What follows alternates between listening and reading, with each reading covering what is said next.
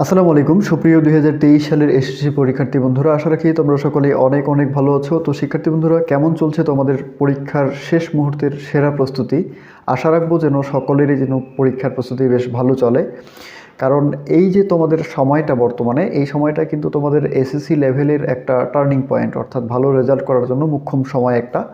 তো এই টার্নিং পয়েন্টে তোমরা যদি তোমাদেরকে প্রস্তুত ঠিকমতো না করতে পারো, তাহলে কিন্তু বাকি জীবনে অর্থাৎ শিক্ষা জীবনের বাকি অংশটিতে বাকি সময়টিতে তোমাদের ভালো কিছু অর্জন করাটা সো টাফ হয়ে যেতে পারে। তো যাতে করে তোমরা এই সময়টিতে বেশ একটা পারফরমেন্স তৈরি করতে পারো, তারই পরিপ্রেক্ষিতে আমার আজকের এই ভিডিওটি, যেন কিছু প্রশ্নের উত্তর নিয়ে, ঠিক আছে? তোমরা অনেক জায়গায় ফেসবুকে, ইউটিউবে, আমার ভিডিও কমেন্টে বা আমার চ্যানেলের যে কমেন্ট রয়েছে, কমেন্ট বক্স রয়েছে, সেখানে তোমরা অনেকেই কমেন্ট করে থাকো কিছু প্রশ্নের উত্তর। সেই জায়গাগুলো থেকে আমি কালেকশন করে এই ভিডিওটি বানাচ্ছি। তো প্রশ্নগুলো এরকম ছিল যে এসএসসি 2023 সালের চূড়ান্ত পরীক্ষায় সিলেবাসের বাহিরে প্রশ্ন হবে কি না। এটা অনেক জায়গায় আমি এটা দেখি, যে ফেসবুকে বলো, তারপরে ইউটিউবের যে কমেন্ট বক্স রয়েছে সেখানে কিন্তু অনেক জায়গায় আমি এই প্রশ্নটা দেখতে পেয়েছি, এবং সেখান থেকে এই প্রশ্নটার উত্তর রাখার চেষ্টা করছি যে আসলে 2023 সালের চূড়ান্ত পরীক্ষায় সিলেবাসের বাহিরে প্রশ্ন হবে কিনা। আসলে কোনো প্রশ্ন বাহিরে হবার কোনো সম্ভাবনা 100%-এর মধ্যে 1%ও নেই। কী কারণে নেই আমি এখন যদি বলো যে আমাদেরকে যুক্তি সহকারে বোঝাই দেন, তাহলে যুক্তিটা হচ্ছে এরকম যে 2023 সালে আগে, অর্থাৎ 2022 সালে যে তোমাদের শর্ট সিলেবাসের আলোকে পরীক্ষা হয়েছিল 50 মার্কের, তো এই 50 মার্কের পরীক্ষায় সিলেবাসের বাইরে কি প্রশ্ন এসেছিল? অবভিয়াসলি আসেনি।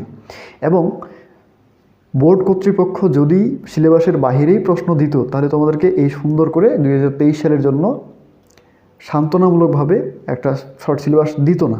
যেহেতু সিলেবাস দিয়ে দিয়েছে অনেক আগেই এবং রুটিনও তোমাদের বের হয়ে গিয়েছে, তাহলে নির্দ্বিধায় নিশ্চিন্তে তোমরা সিলেবাসের পড়াশোনাগুলোকে আগে ক্যাপচার করার চেষ্টা করো। এগুলি ক্যাপচার করলেই 100%ভাবে তোমার পরীক্ষায় কমন পাওয়া।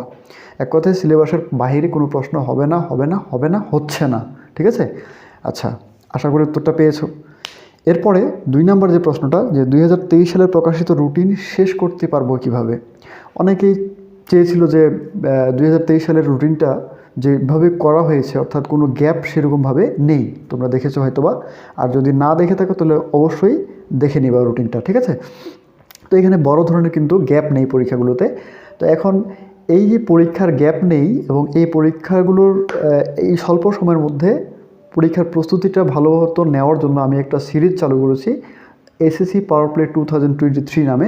এখানে কিন্তু সাপ্তাহিক পড়াশোনার যে মাস্টার প্ল্যান বিভিন্ন ডিপার্টমেন্টের, অর্থাৎ তোমাদের কমার্স বিভাগের, তারপরে তোমার মানবিক বিভাগের এবং সায়েন্স বিভাগের যে মাস্টার প্ল্যান রয়েছে, সেগুলো কিন্তু বিভাগ ওয়াইজ কিন্তু আমি আপলোড করে যাচ্ছি। এভাবে করে তোমরা পড়াশোনা করলে, সেই মাস্টার প্ল্যানগুলো অনুসরণ করলে 100%ভাবে 30 তারিখের আগে, অর্থাৎ এপ্রিল মাসের 25 তারিখের মধ্যে তোমাদের সম্পূর্ণ রুটিন শেষ হয়ে যাবে। আশা রাখবো যে তোমরা সেই ভিডিওগুলো দেখো এবং সেই গাইডলাইনগুলো ফলো করে ইনশাল্লাহ তোমরা ভালো কিছু অর্জন করতে পারবা।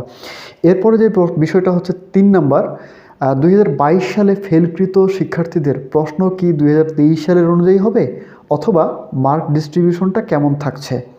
তো 3 নম্বরের এই প্রশ্নটিতে আমি বলবো যে 2022 সালের ফেলকৃত শিক্ষার্থীদের জন্য আলাদা কোনো প্রশ্নপত্র তৈরি করা হবে না, যা 2023 সালের মতো হবে না, এরকম না। অর্থাৎ 2023 সালে যেই প্রশ্নপত্রটা তৈরি করা হবে, এটাই কিন্তু 2022 সালে ফেলকৃত শিক্ষার্থীদের জন্য প্রযোজ্য। এবং এখানে মার্ক ডিস্ট্রিবিউশন 2023 সালে যেরকমটা করা হয়েছে, 2022 সালের ফেলকৃত শিক্ষার্থীরাও কিন্তু ফুল 100 মার্কেরই পরীক্ষা দিতে হবে এবং একই কোয়েশ্চেন প্যাটার্ন, একটাই কোয়েশ্চেন থাকবে, আলাদা কোনো কোয়েশ্চেন করা হবে না এবার, ঠিক আছে?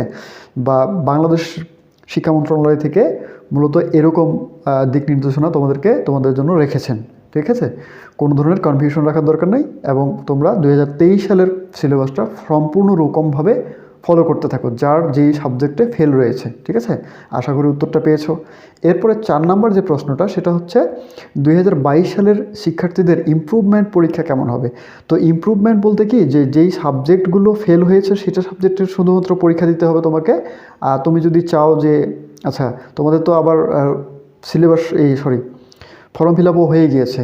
এখন এই প্রশ্নটার উত্তর কিন্তু যথাযোগ্য বা যুক্তিসম্মত হবে না, এজন্য আমি এটা অফ রাখছি। তবে যাদের মধ্যে এখনও কনফিউশন রয়েছে তাদের জন্য প্রশ্নটার উত্তরটা রাখছি যে 2022 সালে ইমপ্রুভমেন্টের জন্য আলাদা কোনো সাবজেক্টের মানে যেগুলো ফেল হয়েছে সেগুলো শুধুমাত্র পরীক্ষা হবে তোমাদের। আর যারা দিতে চাইবে অন্যান্য সাবজেক্টের মার্ক কম হয়েছে তাহলে সেক্ষেত্রে দিতে পারবে, সমস্যা নেই। এবার হচ্ছে পড়া মনে থাকতেছে না, কি করব, তাই না? পড়ায় মন বসতেছে না বা পড়ায় মনে থাকতেছে না, এরকম এই সমস্যাটার সমাধান কী রকমভাবে করা যেতে পারে? এই রকম সমস্যার সমাধান করার জন্য আমি কয়েকটা টিপস এখানে রাখবো। সেটা হচ্ছে 3টা। যা পড়াশোনা করবা সেগুলো লেখার প্র্যাকটিস করতে পারো। তো বেশি বেশি লেখার প্র্যাকটিস করলে তোমরা 3টা উপকারিতা পেয়ে যাবা এখানে। লেখার সাথে সাথে রিভিশন হয়ে যাবে। কিভাবে? যে তুমি যখন একটা জিনিস মুখস্থ করছো,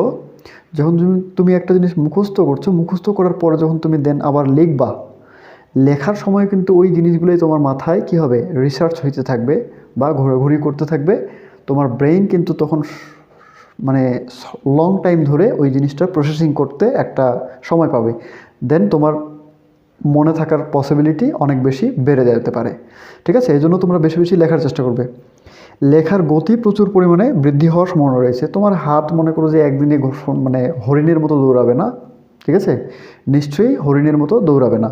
তাহলে হরিণের মতো হাতটাকে দৌড়ানোর জন্য তোমাকে কী করতে হবে? বেশি বেশি করে লিখে আস্তে আস্তে করে লেখার স্পিডটাকে, গতিটাকে বৃদ্ধি করার চেষ্টা করতে হবে। এবং হাতের লেখা তোমাদের সুন্দর যাদের নয়, অর্থাৎ অনেকেই বলো যে ভাই আমাদের লেখা সুন্দর হচ্ছে না, কিভাবে লেখা ভালো করব? তুমি লিখতে থাকো, ধারাবাহিকভাবে প্রতিদিন লেখার চেষ্টা করো, 100% লেখা ভালো হয়ে যাবে। আচ্ছা, এরপরে যেটা প্রশ্ন হচ্ছে 6 নম্বরে আমি একটা প্রশ্ন পেয়েছিলাম যে পড়াশোনা করার জন্য বেশি সময় ধরে মন বসতেছে না। বেশি সময় ধরে পড়াশোনায় মন বসবে না কেন? তুমি সবসময় মনে রাখবা তোমার জীবনের টার্নিং পয়েন্ট হচ্ছে এসএসসি। তুমি যদি এসএসসিতে ভালো কিছু করতে পারো, তুমি একটা ভালো কলেজে ভর্তি হইতে পারবা। ভালো কলেজে ভর্তি হইতে পারলে তুমি দেন পরবর্তী যে স্টেপগুলো রয়েছে সেই স্টেপগুলোতে ভালো একটা পারফরমেন্স তৈরি করতে পারবা, ভালো একটা জায়গায় যেতে পারবা। তো ভালো জায়গায় যেতে গেলে তোমাকে কিন্তু এই যে দেখো 30 তারিখ পর্যন্ত, 30 তারিখে তোমাদের ফাইনাল পরীক্ষা অনুষ্ঠিত হচ্ছে, এটাই ফাইনাল। এখন 25 তারিখ পর্যন্ত, কমপক্ষে 25 তারিখ পর্যন্ত ভালো একটা স্ট্রাগল থাকতে হবে তোমাকে। এক কথায় টার্গেট থাকবে যে 25 তারিখের আগেই সিলেবাসটা সম্পূর্ণ শেষ করতেই হবে আমাকে। এখন এই আজকের পর থেকে, অর্থাৎ যেদিন তোমরা এই ভিডিওটি দেখবা তারপর থেকে হিসাব করে নিবা যে এই কয়েকদিনটা আমি আমার জীবন থেকে একবারে পড়াশোনার জন্য উৎসর্গ করে দিলাম, আমাকে নিজেকে উৎসর্গ করে দিলাম। দেখবে অটোমেটিকলি তোমরা পড়াশোনায় মনোযোগ কিছুটা না হলেও বসাতে পারবে। আর এখানে ডিমোটিভেট হওয়া চলবে না। মনে রাখবা যে ডিমোটিভেট হওয়া মানে যুদ্ধের ময়দান থেকে মানে কাপুরুষের মতো পালিয়ে চলে আসা। তো যুদ্ধের ময়দানে তারাই জয় হয় যারা যুদ্ধের ময়দানে শেষ পর্যন্ত থাকে। ঠিক আছে? আশা রাখি তোমরা প্রশ্নের উত্তরগুলো পেয়ে গেছো এবং এভাবে করে পড়াশোনা করতে চেষ্টা করো, ইনশাআল্লাহ ভালো কিছু অর্জন করতে পারবো। আজকে এই পর্যন্তই রাখি। আসসালামু আলাইকুম। পরবর্তী ভিডিও নিয়ে আবারও হাজির হয়ে যাব ইনশাআল্লাহ শীঘ্রই। আসসালামু আলাইকুম।